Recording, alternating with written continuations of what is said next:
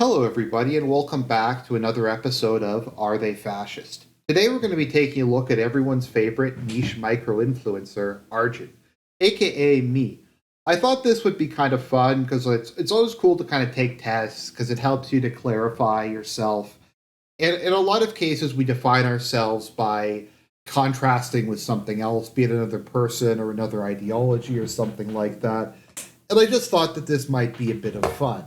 Also, if I'm going to go through and criticize everyone else and dissect them and put them under a microscope, I might as well do the same for myself. So, that being said, let's get into it.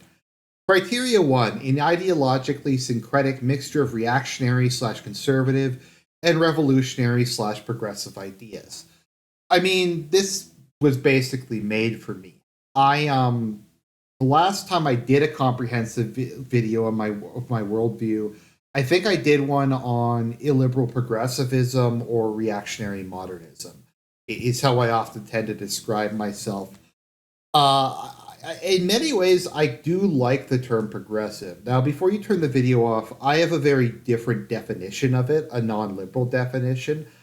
I view progressivism in the sense as being the general improvement of society. That's not necessarily towards the end of history. Like, while progressivism to me would include improving the standard of living, inventing life saving medicines, better crop yields, cleaning up the environment, stuff like that. I would also include things like more people going to church, um, fewer abortions, uh, decrease in the number of people who suffer from drug or gambling addictions, stuff like that.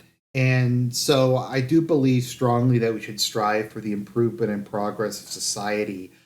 I just think that we often need to try to come up with our own vision of the future and not just say no to everything and not just say everything was better under the French Revolution. I don't really. I think and we'll get to this in the next one, but Putin once said, to kind of paraphrasing Churchill, he who does not miss the Soviet Union has no heart. He who wants it back has no brain. That's how I feel about like the British Empire, a lot of things in the past. Well, there was a lot of things in the past that were good. The family was more intact. People believed in God. People went to church, stuff like that. On the other hand, a lot of people died of curable diseases like smallpox and typhoid. Life was nasty, brutish and short for a lot of people. A lot of farmers lived one harvest away from death. The working conditions in factories were horrendous in a lot of cases.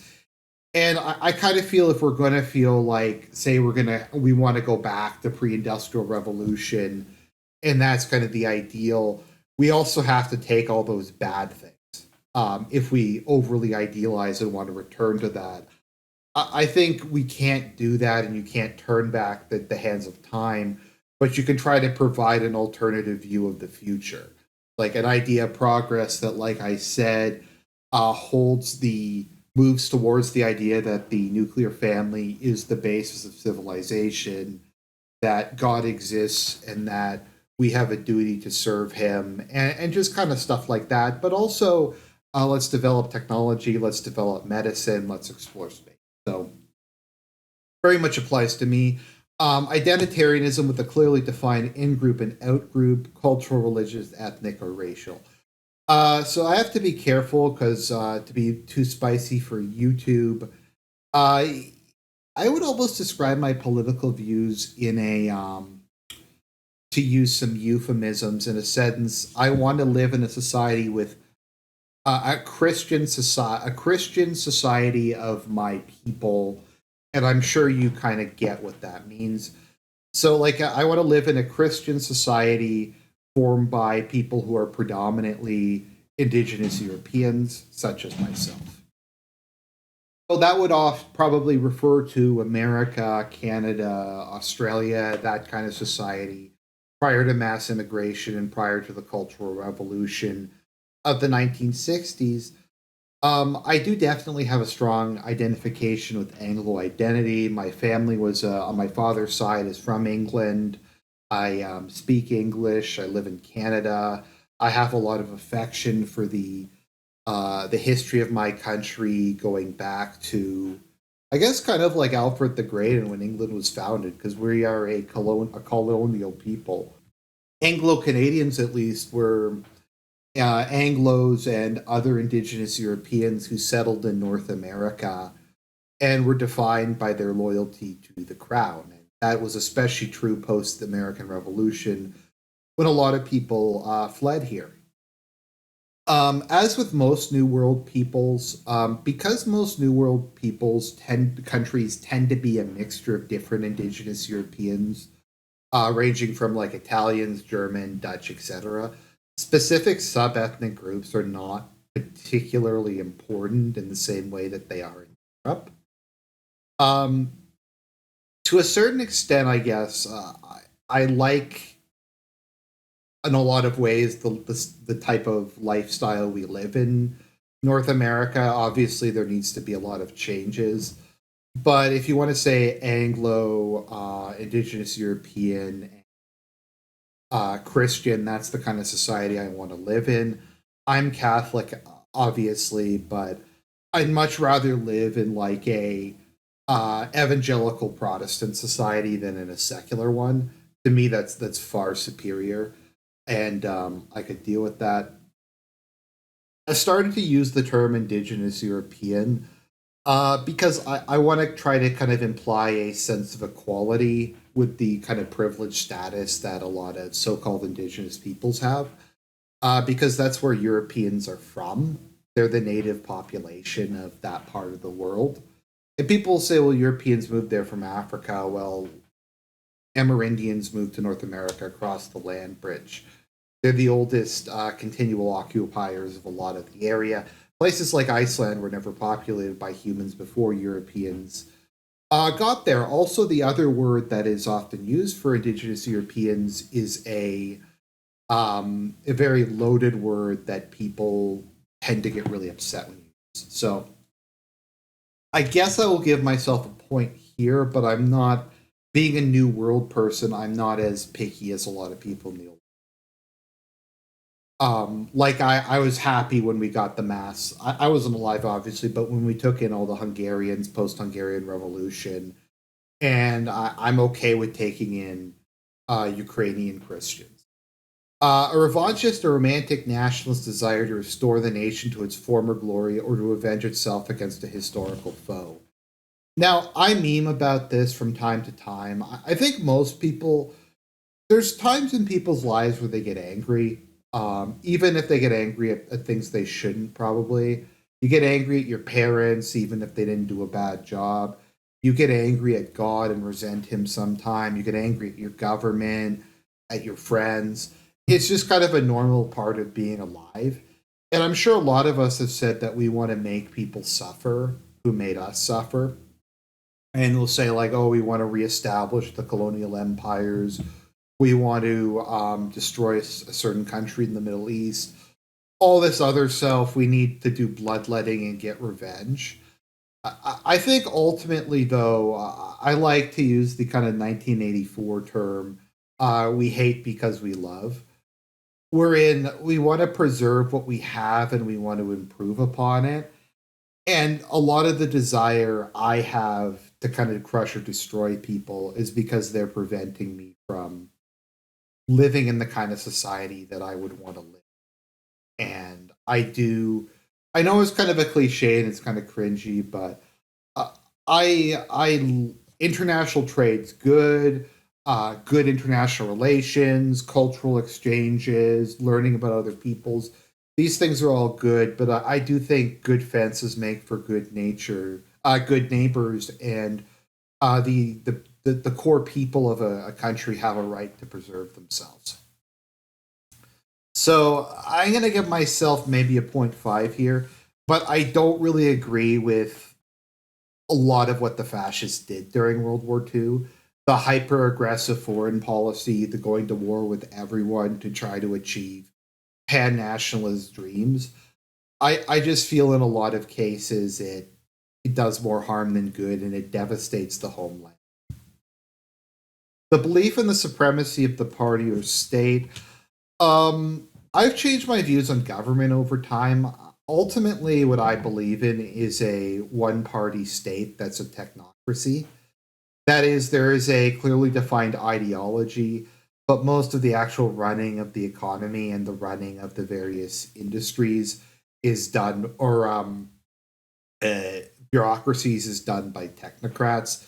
That is, people who are trained with specific skill sets, who are kind of chosen for the position on the basis of talent, but who also maintain a certain degree of ideological loyalty. Now, I don't support that in the current system because I think ideological loyalty and political reliability are more common, but I do tend to do that. I tend to be more statist than some people in these circles. I like whenever we have the question on tests, is private charity better than government welfare?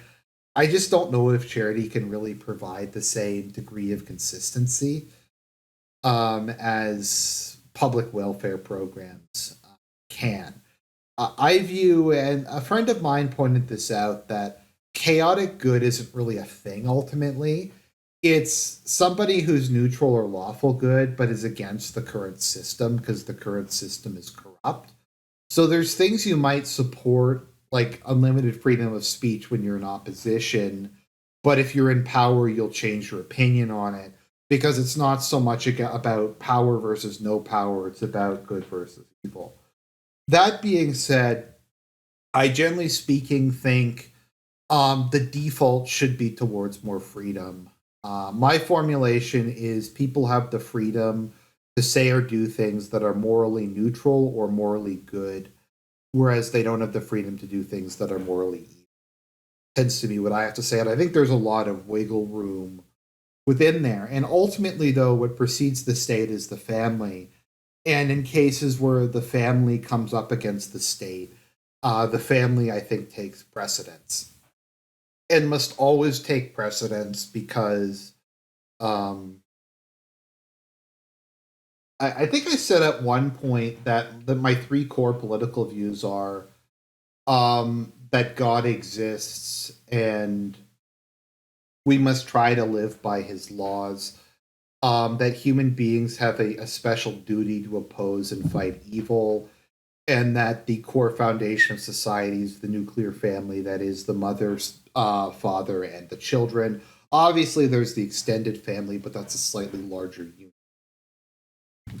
A concept of a new idealized man, definitely not for me. I dislike the idea of trying to create some sort of idealized person. As part of my Christian worldview, we're all flawed, corrupt people. We can't be made perfect.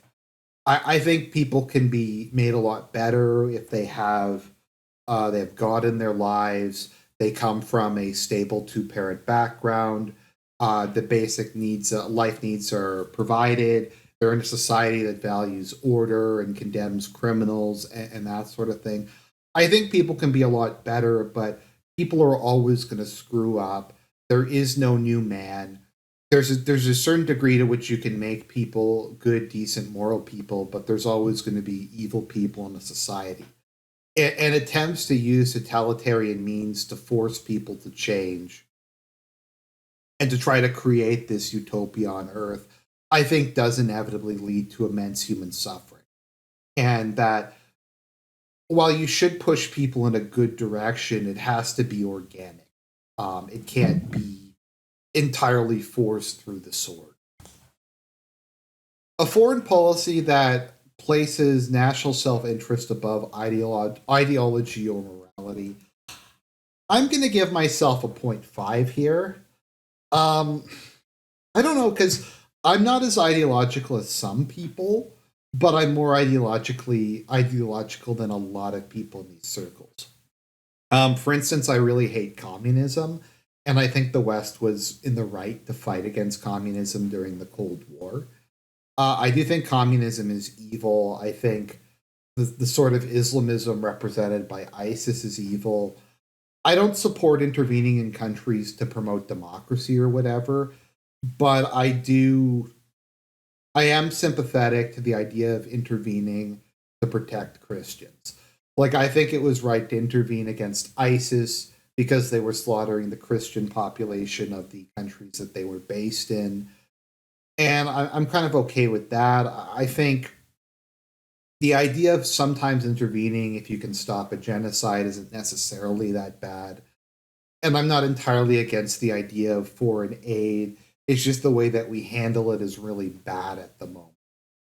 So it's kind of a mixed bag for me. There's certain countries I don't really want to do business with, like Venezuela or North Korea, for instance. But I'm a lot less ideological. And I mean, of course, you talk to your enemies, you try to cut deals with them. I've done a lot of videos about foreign policy realism. So I think I'm somewhere in the middle on this issue. An indifference to or marginalization of economics. Once again, this is kind of a hard one to answer because I'm actually going to. So I criticize conservatives a lot, but for their obsession with liberal economics, with like free market, deregulation, and stuff like that. That's not necessarily because I think that economics is unimportant. I think it's because what contributes to economics is a lot broader than what I think conservatives think. There's the cultural aspect. There's the genetic makeup of a country. There's social cohesion. There's international relations. There's trade. There's a lot more things I think that go into a national economy than what conservatives will often think. And I don't think you can have a super ideological position on economics because sometimes so much of it is contextual. Sometimes tariffs make sense. Other times tariffs are a disaster. Sometimes you have to do stimulus. Sometimes stimulus is a waste of money. Tax rates really depend upon the time and place, same as interest rates, different kinds of money. I think it's largely a technocratic thing. That is where it should kind of be left up to pragmatic experts whose goal is to try to maximize utility in a couple different ways, prosperity, obviously personal freedom, the well-being of the environment, and trying to kind of balance these different things. I think the economic well-being of the population is very important. I just might seem indifferent because I don't think all society. I kind of think the society generates the economic conditions in a lot of cases rather than the other way around. But one of my reasons for not being super nostalgic for like the 18th century or whatever is because of the wretched economic conditions a lot of people lived in. So I might actually give myself a 0 in this category. People are free to disagree. A masculine approach to problem solving or decisive action. So once again, as with all of these, they're a little bit vague. I'm leaning towards giving myself like a 0 here. Um, so in my personal life, I really don't like men who, well, I don't like men, but I don't like people who feel the need to mog you, like who feel the need to assert their dominance over you for no reason. Like if someone comes up to me and starts trying to put me through the shit test, like insulting me or telling me to do stupid stuff just to show that they can. That kind of thing really rubs me the wrong way. And I don't like unearned authority in a lot of cases. Like if someone just assumes they're my better without having kind of proving themselves to me. I don't really like that. I don't like the whole violence is the first solution to problems. Sometimes violence is, but I think in the idea that you always have to act, you always have to have a solution, is one of the reasons why so many Western countries are bankrupt because they just said we have to do something, and often not acting is a perfectly valid response in a lot of cases. Not immediately using, because to a certain extent you could argue that neocons are in this category. where we have to solve all our problems with direct military force and just blowing stuff up without really trying to take time to consider what our options are. So while I think there is an issue with decisiveness, I don't think it's necessarily like that our governments aren't decisive. They're just decisive in very bad ways.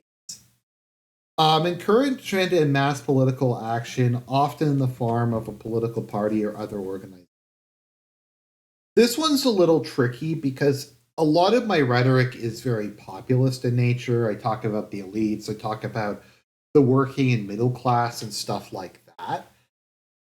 My issue is more just getting them like a fair deal than anything really regarding the need for people to continually partake in political campaigns. I find that kind of thing exhausting. The stuff you had in Nazi Germany, the kind of stuff you had in China under Mao. And maybe that's the only way to try to maintain societal inertia. But I think by and large, most people, and I've said this many times, and this is my issue with democracy, um, people should be focused on their job, their family, their church, and their community.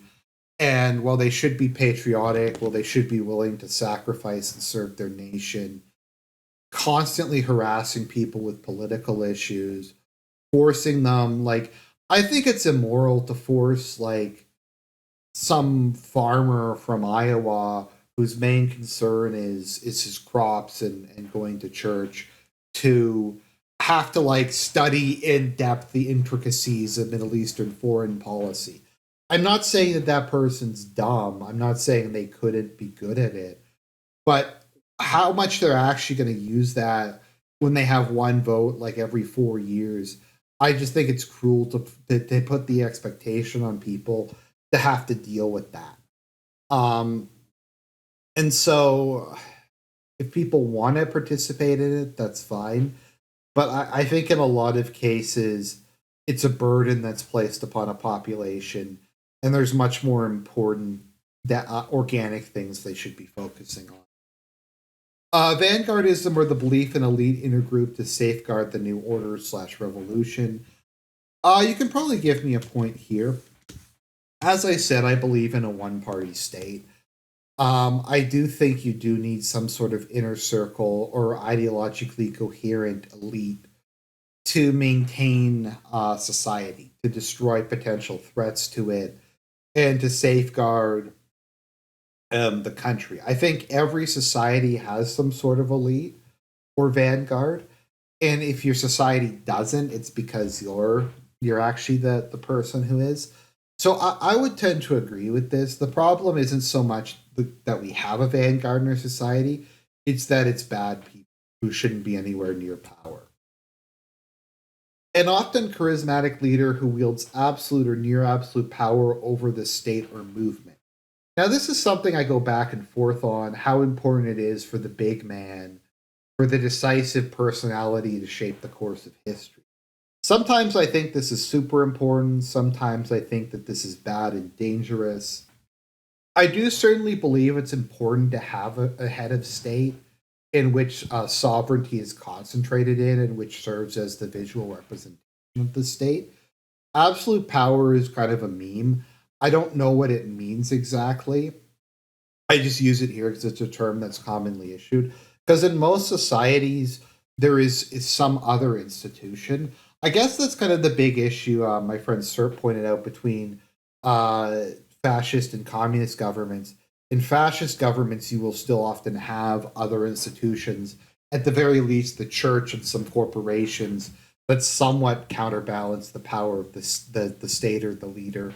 Whereas in communist societies, you have basically zero counterbalance. So I do like the idea of a charismatic leader, but to a certain extent, I think if you invest too strongly in the movement or the nation in one person, when that person dies, the entire system collapses because it's completely based on that person's personal charisma. And the system or the ideal they represent has been completely sublimated into that person's personality and into their charisma, and it generally cannot survive them. I also don't know really how much the leader should be relevant in your life. Because as I said many times, one of my issues with Justin Trudeau is just he inserts himself into everything and he lectures the public on a daily basis. I think there should be a certain like aloofness and prestige to a head of state. And I know this doesn't make a lot of sense given what I've said about Trump in the past. But to quote Gladiator, I've never been a man of the people, but I've tried to be a man for the people. Finally, sublimation of the individual and individual rights into the interests of the group, state, or party. I'm gonna give myself half a point here because I admit I'm not fully consistent on this. Well, not. I just think it's complicated. Like on one hand, I do think certain things should be prohibited, and should not be permitted within society. Promotion of degeneracy, promotion of the destruction of the host culture and the host people, um, stuff like that. The sexualization of children, the promotion of drug usage. There's a lot of things that I don't think should be legal, in terms of that. At the same time, I generally prefer freer speech. I support gun rights. I support private property rights. I don't. I really hate domestic spying programs like the NSA, the Patriot Act, a lot of what CSIS does. I do tend to have the opinion that a man's house is his castle. And if people want to do shit in private, I don't really know how much the state can and should be involved in that. My issue is more the public propagation or doing things in public. I don't want to break down everyone's doors. Not necessarily even for legal or moral reasons, but I just don't want to live in that kind of society. Um, Also, I guess kind of another issue is like when it comes to abortion, there's a lot of people in these circles who support aborting people of certain backgrounds or who have certain disabilities or whatever. And you could argue that keeping certain populations as a smaller percentage of the overall people, I'm trying to use careful wording here, is good for society and does benefit the group, the state, or the party. I just don't think I don't want to really live in a society that survives only on the pile like mountains of baby corpses, regardless of who those babies come from and whether they have disabilities or not. So I do think there are limits to it. I do think like things like due process, even if it's very often corrupt and not properly enforced. So I do think this one is kind of a mixed bag. So I went back and I was thinking about it. So I gave myself half a point on indifference to economics just because how much I contrast with kind of conservatives and libertarians on it. And I gave myself half a point on a masculine approach to problem solving because I do talk about like wanting to shoot people who are rioting and stuff like that. And so, to the surprise of no one, I come out with 8 out of 10. That is, I am in the para-fascist category, but the lower end of it, and I definitely have tendencies in that direction, but I don't qualify as being a full-on fascist ideologue. And there's a number of reasons for that. I don't have the same kind of imperialist, violent desire for conquest that a lot of fascists do. I also just don't like totalitarianism in general. I don't like the state being overly involved in your personal life. I don't like the idea of a planned economy, of not having some sort of market economy, um, people interfering too much in your personal life outside of what you choose to promote and display in public. Uh, so I don't think I fully go into that category, even if a lot of my tendencies, such as like reactionary modernism and some of my views on identitarianism, tend in that direction. So let me know if you agree, if you disagree, if you think I was too generous to myself or too harsh on myself, however you want to interpret that. It was an interesting experience and kind of fun, to be honest. God bless everybody, and I'll talk to you again real soon.